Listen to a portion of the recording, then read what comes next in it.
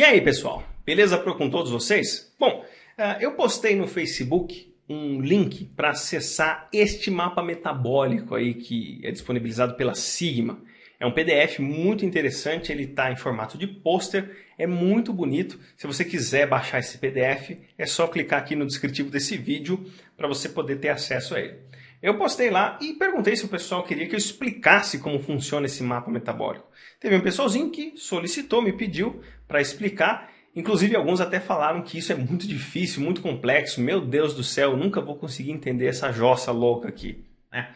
Mas por incrível que pareça, meus amigos, esse mapa metabólico ele é simples, ele é fácil de entender. Se você olhar ele à primeira vista aqui, simplesmente pegar e bater o olho, você vai tomar um susto do né? Mas a grande questão é que você tem que analisar ponto a ponto, detalhe por detalhe.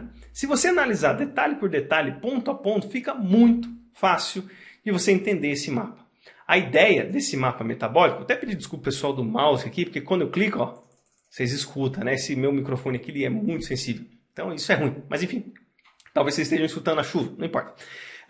A ideia desse mapa aqui não é fazer com que vocês decorem os substratos aqui de cada componente. Não, ele é um mapa para consulta, né? Então se você quiser, por exemplo, saber os destinos da glicose, para onde ela vai, os destinos da glicina, os destinos da frutose, os destinos da dopamina e assim por diante, é só você olhar no mapa e ver o que ela pode se tornar e da onde ela vem. A ideia do mapa metabólico é essa, né? É a fonte de consulta. Tá bom? Isso aqui acontece, obviamente, no nosso organismo com muita frequência, mas aqui é apenas fonte de consulta.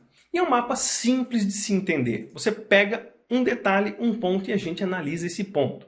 Para entender esse mapa, a Sigma, malandramente, coloca uma legenda muito boa aqui do lado direito. Ó. Que legenda? Deixa eu ampliar aqui. Ó. Vamos lá na legenda. Né? Olha só aqui. Ó.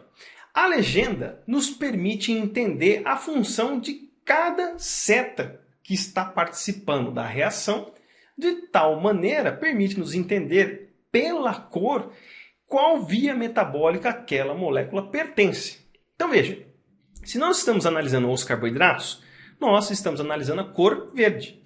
Os aminoácidos, via metabólica dos aminoácidos, a cor vermelha, dos lipídios azul, das bases nitrogenadas, então entram as purinas e as pirimidinas em cor roxa, as coenzimas, que são as vitaminas e determinados hormônios, em marrom, eu acho que isso aqui é marrom, sei lá. Né? As vias da pentose fosfato, ela está em azul por conta de que as pentoses são carboidratos, certo? Então você vai ter ela aqui em azul. E nós temos também aqui as vias da fotossíntese de reações escuras que estão em laranja, tá? E ele coloca aqui que o metabolismo ele é designado por dois tipos de seta. Uma seta relacionada com a biossíntese de uma outra molécula, ou seja, eu vou sintetizar uma outra molécula, vou colocar grupamentos químicos que deixam essa molécula com uma variação de energia livre maior, ou eu vou degradar essa molécula, vou tirar grupamentos ou modificar os grupamentos químicos dessa molécula para deixá-la com uma variação de energia livre menor. Então, eu tenho a parte de biossíntese e a parte de degradação. Tudo que for biossíntese é seta contínua. Tudo que for degradação é seta pontilhada. Tá? Uma outra coisa interessante é que ele mostra aqui nesse mapa metabólico, tá? Fluxos de elétrons e fluxos de prótons quando trabalhamos com mitocôndrias ou cloroplasto. E aí ele determina para nós uma linha vermelha com um pequeno pontilhado, que é o fluxo de elétrons, e uma linha azul com um pequeno pontilhado, que é o fluxo de prótons. Tá? Se você seguir essa nomenclatura aqui, vai ser muito fácil de você entender como funciona esse mapa metabólico. Tá?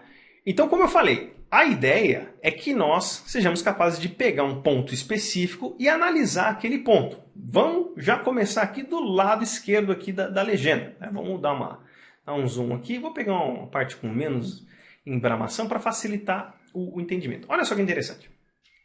Vamos pegar aqui, por exemplo, a prolina, certo? Quando você tem o nome aqui da substância que você está analisando, você tem automaticamente uma cor relacionada a ela. Se ela está em vermelho, significa que, segundo aqui a legenda, ela faz parte do metabolismo dos aminoácidos, certo? Então, muito bem. Então, nós estamos analisando o metabolismo dos aminoácidos. Você tem aqui a estrutura química da prolina, certo? E aí, ó, acima dela, aqui, a estrutura química dela. E aí você tem uma seta aqui para baixo para formar uma outra molécula. Estou fazendo uma biossíntese de uma outra molécula. Essa outra molécula aqui chama-se hidroxiprolina. Todas as reações, pelo menos a maior parte das reações que ocorrem nos organismos vivos, são mediadas por enzimas. Então veja que interessante, nós temos a estrutura química da molécula, o nome da molécula, o nome da enzima e o produto formado.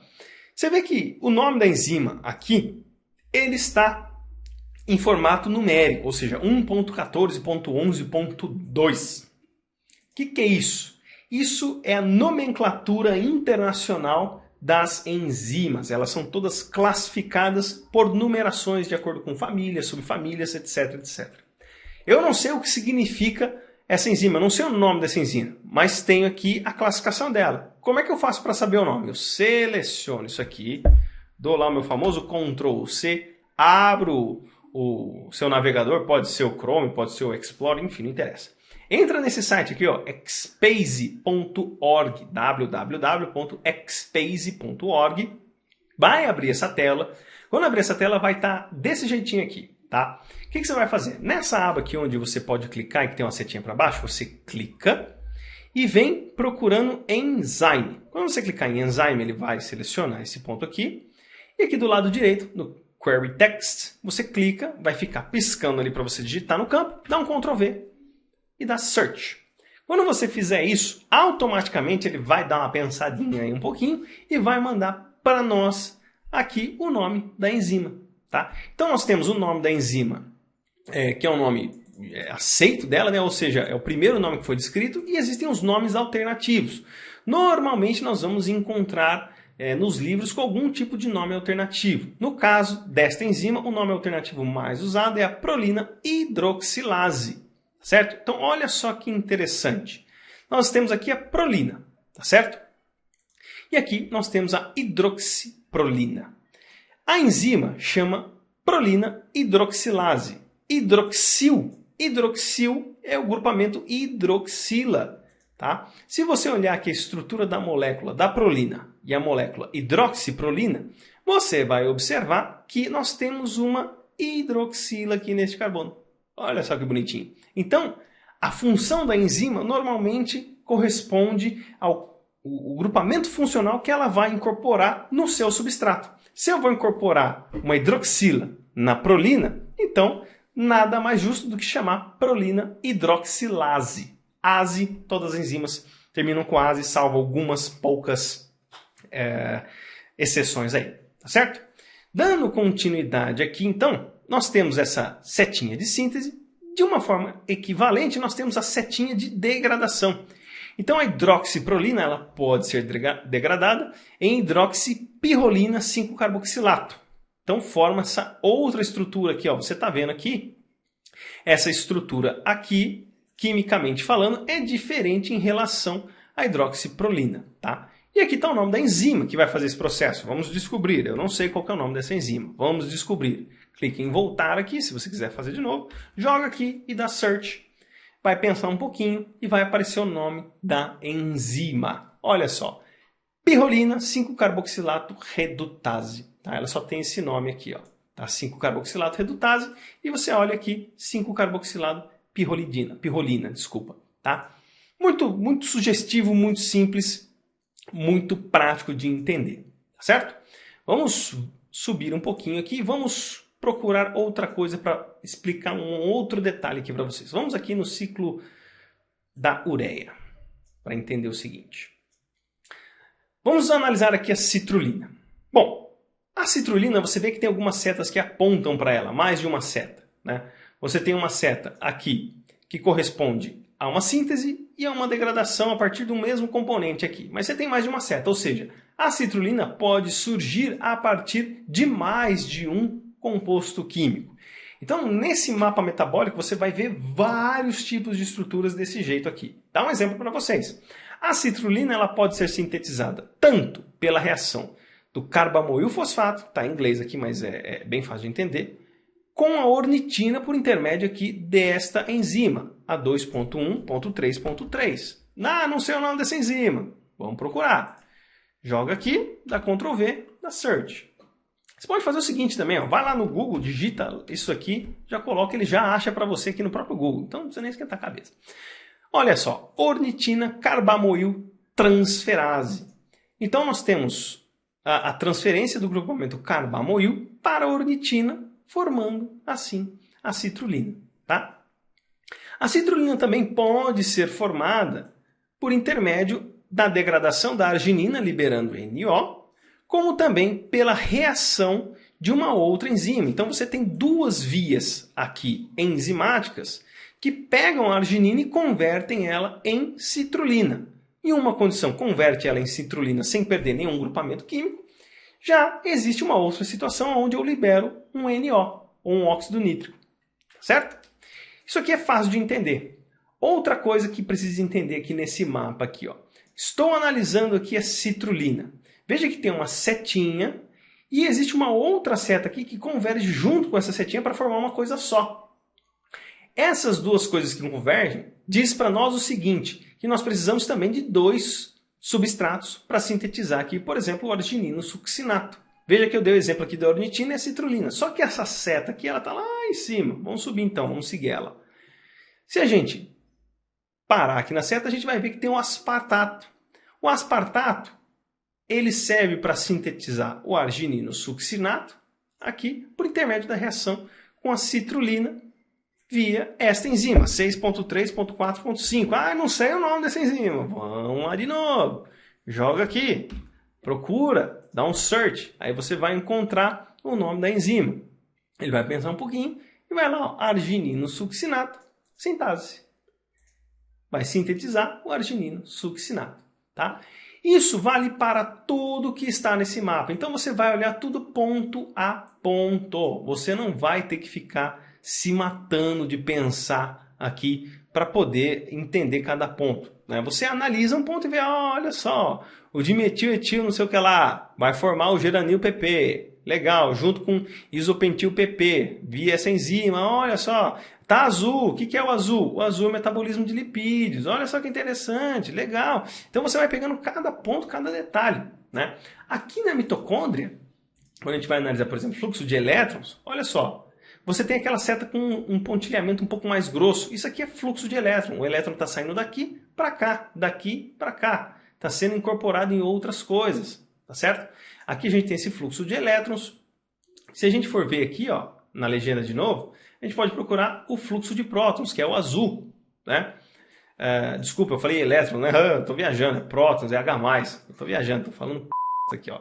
É o fluxo de prótons, tá? E se a gente for olhar, tem também, se a gente for procurar aqui, vamos achar aqui o fluxo de elétrons.